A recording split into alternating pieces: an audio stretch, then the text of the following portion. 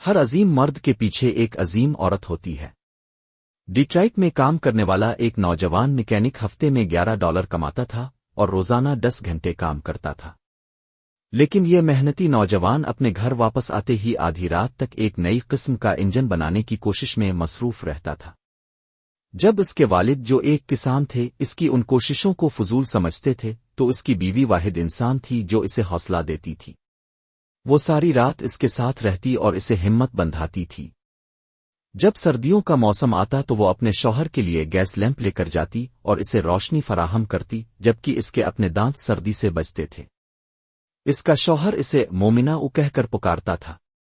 یہ سلسلہ 3 سال تک اسی طرح چلتا رہا۔ پھر 1893 میں جب یہ نوجوان تقریباً 30 سال کا ہو چکا تھا، اس کا کام مکمل ہونے کے قریب تھا۔ ایک دن پڑوسیوں نے ایک عجیب سی آواز سنی اور اپنے گھروں کی کھڑکیوں سے باہر جھانکا تو دیکھا کہ وہ نوجوان جو ہمیشہ مذاق کا نشانہ بنتا تھا اپنی بیوی کے ساتھ ایک ایسی گاڑی میں سوار ہے جو بغیر گھوڑوں کے چل رہی تھی۔ یہ نوجوان ہنری فورڈ تھا اور اس دن دنیا نے ایک نئی ایجاد کا جنم دیکھا جو آنے والے وقت میں شہری ترقی کے لیے بے حد اہم ثابت ہوئی۔ اگر ہنری فورڈ اس ایجاد کا باپ تھا تو بلا شک اس کی بیوی ماں تھی۔